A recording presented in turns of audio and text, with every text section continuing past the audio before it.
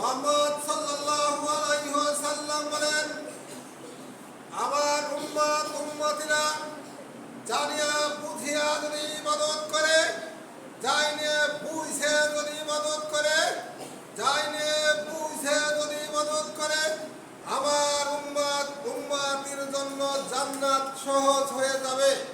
আমার উম্মতির জন্য জান্নাত সহজ হয়ে যাবে। ওরা উম্মত যদি মহান আল্লাহ রাব্বুল আলামিনের কাছে ক্ষমা চায়, আস্তাগফিরুল্লাহাল্লাযী লা ইলাহা ইল্লা হুয়াল হাইয়ুল কাইয়ুম, তুমি হাইয়ুল, তুমি কাইয়ুম, তুমি হাইয়ুল, তুমি কাইয়ুম, তুমি আমাকে ক্ষমা করে দাও, তুমি আমাকে মাফ করে দাও, তুমি আমাকে ক্ষমা করো, তুমি আমাকে মাফ করে দাও।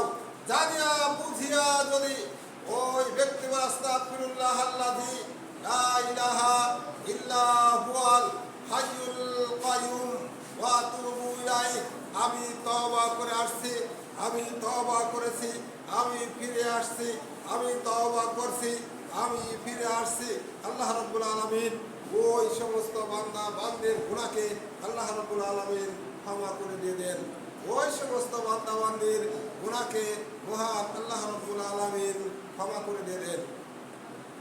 যখন আপনি সূরা ফাতিহা পড়েন, ইয়্যাকা না'বুদু, একমাত্র তোমার ইবাদত করি, ওয়া ইয়্যাকা নাস্তাইন, একমাত্র তোমার কাছে সাহায্য চাই।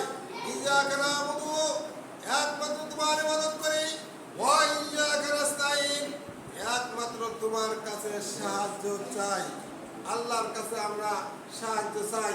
আল্লাহ, দুনিয়ায় আমাদের চলতে যা কিছু লাগে তাই আপনি সাহায্য করেন। আখিরাতের ময়দানে আমাদের যা কিছুর প্রয়োজন লাগে আল্লাহ আপনি তাই আমাদেরকে সাহায্য করেন।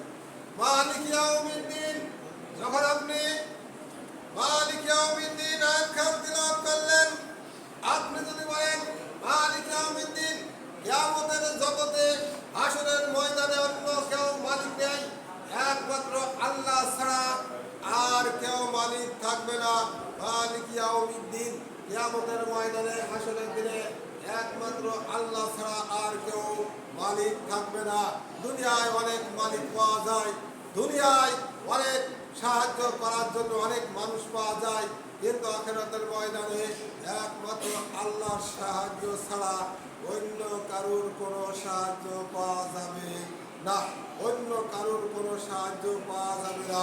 একমাত্র আল্লাহর সাহায্য ছাড়া কেউ জান্নাতে যেতে পারবে না। আল্লাহর সাহায্য ছাড়া আর কেউ জান্নাতে যাওয়া সম্ভব হবে না। আল্লাহর রহমত ব্যতীত কেউ জান্নাতে প্রবেশ করতে পারবে না। আল্লাহ রাব্বুল আলামিনের রহমত ছাড়া কেউ জান্নাতে প্রবেশ করতে পারবে না।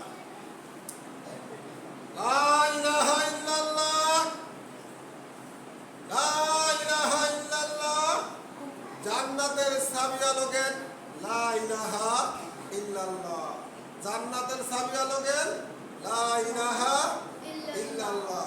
ইল্লাল্লাহ মানে সমস্ত খারাপ কাজের থেকে বিরত থাকা। ইল্লাল্লাহ মানে সমস্ত খারাপ কাজের থেকে বিরত থাকার নাম হচ্ছে লা ইলাহা ইল্লাল্লাহ। লা ইলাহা ইল্লাল্লাহ, আল্লাহ ছাড়া কোনো মাবুদ নাই, আল্লাহ ছাড়া কোনো মাবুদ নাই। আল্লাহ ইলাহা যখন আপনি স্বীকার করলেন, লা ইলাহা ইল্লাল্লাহ যখন আপনি স্বীকার করলেন, আপনার দ্বারাই কোনো খারাপ কাজ, কোনো অন্যায় কাজ, কোনো অত্যাচার কাজ, কোনো জুলুম কাজ, কোনো মিথ্যাবাদী আপনি কোনো কাজ কোনো কিছু হতে পারবেন না। তাহলে হবে লা ইলাহা ইল্লাল্লাহ। কিয়ামতের ময়দানে, হাসরের ময়দানে জান্নাতের চাবি হবে লা ইলাহা ইল্লাল্লাহ। জান্নাতের চাবি হবে লা ইলাহা ইল্লাল্লাহ হবে, জান্নাতের চাবি হবে লা ইলাহা ইল্লাল্লাহ। আইনে আমরা কতজন এই চাবিটা আমরা নেওয়ার জন্য কত চেষ্টা করব, কিন্তু এই চাবিটা সবার কাছে মহান আল্লাহ রাব্বুল আলামিন ফেরেশতাদের মাধ্যমে দেবেন না। এই চাবিটা আল্লাহ রাব্বুল আলামিন, এই চাবিটা কার ভাগ্যে রাখছে আল্লাহ রাব্বুল আলামিন ভালো জানেন। তবে সবাই চেষ্টা করতে হবে যেন আমরা মৃত্যুর পরে লা ইলাহা ইল্লাল্লাহ এই কালিমার চাবিটা জান্নাতের চাবিটা যেন মহান আল্লাহ রাব্বুল আলামিন আমাকে আপনাকে প্রত্যেককে আল্লাহ রাব্বুল আলামিন দান করেন। আমরা যেন এই চাবিটা সবাই আমরা জান্নাতের তালার চাবিটা যেন আমরা সবাই পাই। লা ইলাহা ইল্লাল্লাহ। এরপরে আসেন এদেশের মানুষ এমনই আমরা এদেশে রাত দিন 24 ঘন্টা সুন্দর সারা বাংলাদেশে আজান চলে, সারা বাংলাদেশে আজান হয়। যদি একজন যুবক ছেলেকে বলি তুমি আজানটা দাও দিন, আমি পারি না, কিন্তু 5 বারাই আজান হয় দেশে, তাও কিছু হয় মাই কি হয়, তাও মাই কি আজান হয়। যদি বলি তুমি আজানটা দাও তুমি কাউকে পারি না। অথচ এই লোকটা একটা লোকের গান একবার 2বার শুনলে উনি গানটা মুখস্থ হয়ে যায়। জন্মের পরের থেকে শুরু হয়ে গেল এই শুধু আজানের কয়টা বাক্য, পাতলা কয়টা বাক্য, এইও পর্যন্ত এই মুসলিম জাত এরাও তা করতে পারে না। এই মুসলমান কবরে গেলি কোন ধারণার আজাব হবে, আল্লাহ কোন ধারণার আজাব দেবে।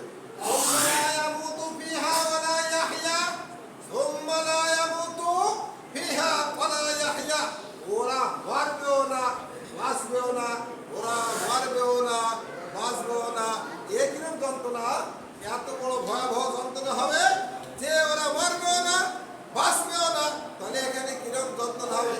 মৃত্যু তো একবারাই আমাদের মৃত্যু হবে, আর কোনো মৃত্যু হবে না। একবারাই আমাদের মৃত্যু হবে, দ্বিতীয়বার আর কোনো মৃত্যু হবে না, দ্বিতীয়বার আর কোনো মৃত্যু হবে না। একবারাই আমাদের মৃত্যু, দ্বিতীয়বার আর কোনো মৃত্যু আর হবে না। যে সুখে রাখবেন, যাকে আল্লাহ সুখে রাখবেন সে তো সুখ পায় যাবেন, সে তো জান্নাত পেয়ে যাবেন। আর যে সুখে রাখবেন না জাহান্নাম তো পাবেন, জাহান্নামের ভিতরে ভোগ করতে হবে। আল্লাহ আমাদেরকে জাহান্নাম থেকে আল্লাহ আপনি আমাদেরকে মুক্তি দান করেন। আল্লাহুম্মা আজিরনি মিনান নার, আল্লাহুম্মা আজিরনি মিনান নার, আল্লাহুম্মা আজিরনি মিনান নার, আল্লাহুম্মা আজিরনি মিনান নার, আল্লাহুম্মা আজিরনি মিনান নার। এই আগুনের থেকে, এই আযাবের থেকে আল্লাহ আমাদের আপনি মুক্তি দান করেন। এরপরে আসেন রব্বানা আতিনা ফিদ দুনিয়া হাসানাতাও ওয়া ফিল আখিরাতি হাসানাতাও ওয়া কিনা আযাবান নার। রব্বানা, হে রব্বানা আতিনা ফিদ দুনিয়া হাসানাতাও ওয়া ফিল আখিরাতি হাসানাতাও ওয়া কিনা আযাবান নার। দুনিয়ায় আমাকে কল্যাণ দান করেন, আখিরাতের ময়দানেও আপনি আমাকে তো কল্যাণ দান করেন। দুনিয়ায় আমাদেরকে তো কল্যাণ দান করেন, আখিরাতের ময়দানেও আপনি আমাদেরকে কল্যাণ দান করেন। রব্বানা আতিনা ফিদ দুনিয়া হাসানাতাও ওয়া ফিল আখিরাতি হাসানাতাও ওয়া কিনা আযাবান নার। আমাকে দুনিয়ায় ও আখিরাতে আমাদের কল্যাণ দান করেন। দুনিয়ায় আমাকে সুস্থ রাখেন, দুনিয়ায় আমাকে ভালো রাখেন, দুনিয়ায় আমাকে রিজিকের ব্যবস্থা করেন, আর আখিরাতের ময়দানে আমাকে সুস্থ রাখেন, আখিরাতের ময়দানে আমাদের রিজিকের ব্যবস্থা করেন, আখিরাতের ময়দানে আমাকে জান্নাতের ভিতরে একটু জায়গা থাকার ব্যবস্থা করে দেন। রব্বানা আতিনা ফিদ দুনিয়া হাসানাতাও ওয়া ফিল আখিরাতি হাসানাতাও ওয়া কিনা আযাবান নার, ওয়া কিনা আযাবান নার। হে আল্লাহ ভয়াবহ আযাব থেকে আমাদেরকে মুক্তি দান করেন। যে ভয়াবহ আযাব হবে, এই আযাবের আগুন কেউ মানুষ সহ্য করতে পারবে না, কোনো মানুষ সহ্য করতে পারবে না, কোনো প্রাণী সহ্য করতে পারবে না। ওয়া কিনা আযাবান নার। এই আযাব থেকে আমাকে মুক্তি দান করেন, এই আযাব থেকে আমাদেরকে আপনি মুক্তি দান করেন, এই আযাব থেকে আমাদেরকে মুক্তি দান করেন। মহান আল্লাহ রাব্বুল আলামিনের কাছে বারবার নারী পুরুষ আল্লাহর কাছে দরখাস্ত জানাতে হবে, আল্লাহ ভয়াবহ আযাব থেকে আমাকে মুক্তি দান করেন, ভয়াবহ আযাব থেকে আমাদেরকে মুক্তি দান করেন, ভয়াবহ আযাব থেকে আমাদেরকে মুক্তি দান করেন। আল্লাহর কাছে বলতেই আল্লাহ যদি কোনোদিন আমাদের এই কথাকে কবুল করে নেন, তাহলে আমার আপনার মতো ভালো কপাল আর কারুর হতে পারবে না, আর কারুর হতে পারে না।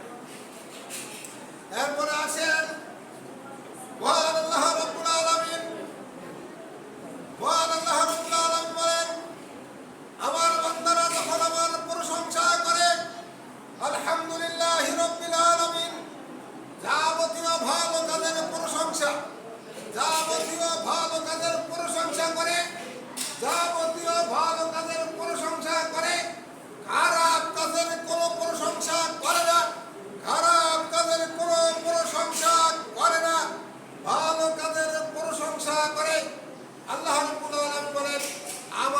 প্রশংসা যারা করে, আমার প্রশংসা যারা করে, তাদের পড়তে আমি খুশি হই, তাদের পড়তে আমি খুশি হই।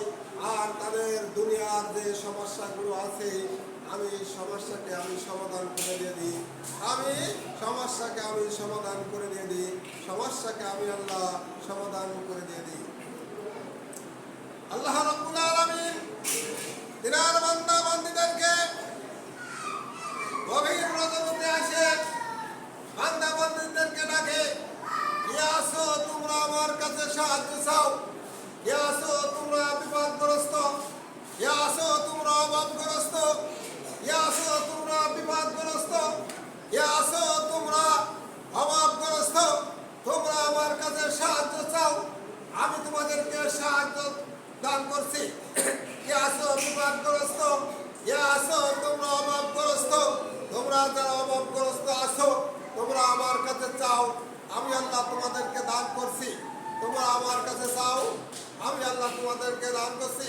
আল্লাহুম্মা গফিরলি ওয়ারহামনি ওয়াহদিনি ওয়াফিনি ওয়ারযুকনি। আল্লাহুম্মা গফিরলি, তুমি আমাকে ক্ষমা করে দাও, ওয়ারহামনি, আমাকে রহম করো, ওয়াহদিনি, আমাকে দিনের পরে রাখো, ওয়ারযুকনি, আমার রিজিকের ব্যবস্থা তুমি আল্লাহ করো, আমার রিজিকের ব্যবস্থা তুমি আল্লাহ করো, আমার রিজিকের ব্যবস্থা তুমি আল্লাহ করো। আল্লাহকে এরকম বারবার যখন বলা হবে, আল্লাহ অবশ্যই আমার আপনার রিজিকের ব্যবস্থা মহান আল্লাহ রাব্বুল আলামিন করবেন। আমার আপনার রিজিকের ব্যবস্থা মহান আল্লাহ রাব্বুল আলামিন অবশ্যই করবেন। আমাদের ডাকার মতন ডাকতে হবে। আল্লাহর সাথে কথা বলার বড় মাধ্যম আলোকেন কোরআন মাজিদ তেলাওয়াত করা, আল্লাহর সাথে কথা বলার বড় মাধ্যম কোরআন শরীফ, কোরআন মাজিদ তেলাওয়াত করা, আল্লাহর সাথে কথা বলার মাধ্যম আলোকেন কোরআন মাজিদ তেলাওয়াত করা।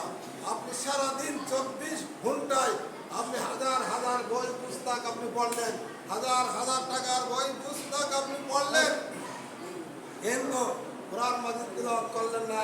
আল্লাহ রাসূল সাল্লাল্লাহু আলাইহি ওয়াসাল্লাম বলেন, আল্লাহর সাথে কথা বলার বড় মাধ্যম হলো কোরআন মাজিদ কথা, কোরআন মাজিদ তেলাওয়াত করা। কোরআন মাজিদ যখন তেলাওয়াত করা হয়, তখন সরাসরি ডাইরেক্ট আল্লাহর সাথে কথা বলা হয়। কোরআন মাজিদ যখন তেলাওয়াত করা হয়, তখন আল্লাহর সাথে ডাইরেক্ট কথা বলা হয়। কোরআন মাজিদ যখন তেলাওয়াত করা হয়, ডাইরেক্ট আল্লাহর সাথে কথা বলা হয়। সালাত যখন আদায় করা হয়, তখন আল্লাহর সাথে কথা বলা হয়। সালাত যখন আদায় করা হয়, তখন আল্লাহর সাথে কথা বলা হয়। সালাত যখন আদায় করা হয়, তখন আল্লাহর সাথে ডাইরেক্ট কথা বলা হয়। আর সালাত যারা আদায় করে না, তারা আল্লাহর সাথে কথা বলার কোনো সুযোগ পায় না। সালাত যারা আদায় করে না, আল্লাহর সাথে কথা বলার তাদের কোনো সুযোগ হয় না। আপনি সালাত আদায় না করে, আপনি সালাত আদায় না করে আল্লাহর কাছে আপনি সারাদিন 24 ঘন্টা তাহলে আপনার কাছে চালেন, আল্লাহর কাছে চালেন, আল্লাহ আপনার দিকে মুখটা ফিরেবে না, আল্লাহ আপনার দিকে মুখটা ফিরেবে।